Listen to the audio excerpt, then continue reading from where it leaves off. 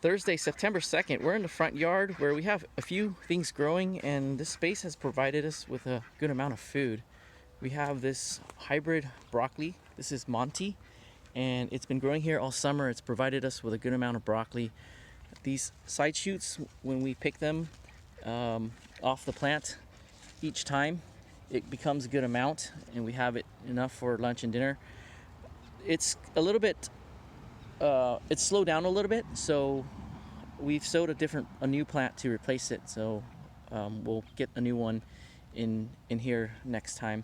The other plant that's really abundant is this zucchini, or zucchini in general, and this one is a black beauty zucchini. And there's a zucchini there. We do 2 sowings each year, one at the beginning of late spring, and then as the plant ages, it will be less productive. So that's when we go in succession sow a replacement plant, and this is the replacement plant. So rather than deal with an aging plant that is susceptible to disease, we like to replace it and grow with plants that are in their prime. Here's an orange glow watermelon, and it's ready to be harvested. The watermelon plant was a transplant, and next year we're going to do direct sowing. Direct sowing is better in a couple of ways. The roots find their way to where the water and soil and nutrients are. When we do a transplant, we really have to make sure that we're on top of watering the plant until it establishes. So the plant wasn't as big as it should be, so that's why our watermelon is not full size. But nonetheless, there is a good amount of watermelon to have and enjoy. We have this pepper here. This is a Jaloro. It's a yellow jalapeno, and when it ripens, it gets this orangey red color.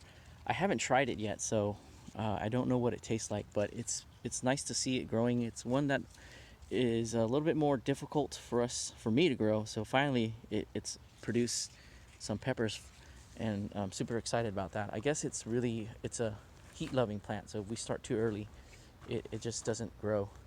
Here we have a patch of pinto beans. There was corn that was here, the Seneca stalk of red corn, and we removed it, and now the bean has taken over this area. It's acting as a cover crop kind of to protect the soil from the warm, sunny days that we're getting.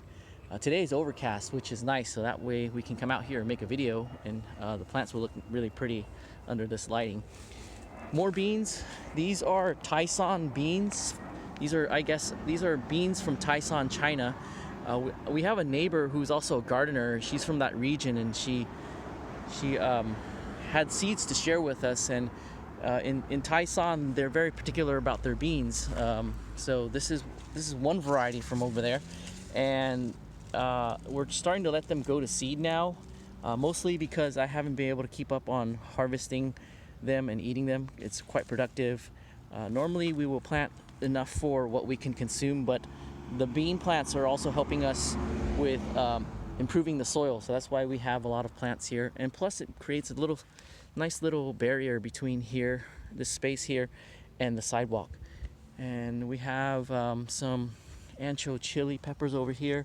I already picked out a few big ones, and we're dehydrating them for ancho chili powder in its fresh form. This is a poblano pepper. Let's see, let's swing out to the front and show you what we have. We have okra here, so we have a whole row of okra. This is the first time we've grown this many plants, and it's something I discovered that we need a few plants if we're going to get a sizable harvest for a meal. So we planted them pretty densely, and we've been harvesting them. You can see where the okra was on these nodes here. So we have more okra. Let's walk all the way down. Here's an okra that's going to be ready to harvest soon, and more okra over here. What's down here is also some chard plants. These are mostly ornamental, and also to create some kind of a barrier as well. So we have some chard plants here.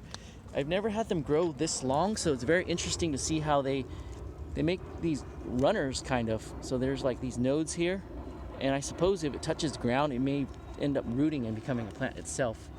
And then the other thing about this space is there's layering when it comes to planting. So we have some Aztec marigold here. There's buckwheat, and then you can see that over there, there's the red there. That's balsam. Let's see what else is in there. There's cosmos. These are really pretty flowers. And we have more cosmo. This is the scarlet kale. It's a really pretty kale here. And then we come over here, we have our lemon, and then this is a fig here, the Violet de Bordeaux fig. We'll go ahead and pick it. Yeah, so I guess we got a street sweeper coming by, and it's gonna be pretty noisy, so I guess we'll sign off here. Thanks for watching. I'll see you next video.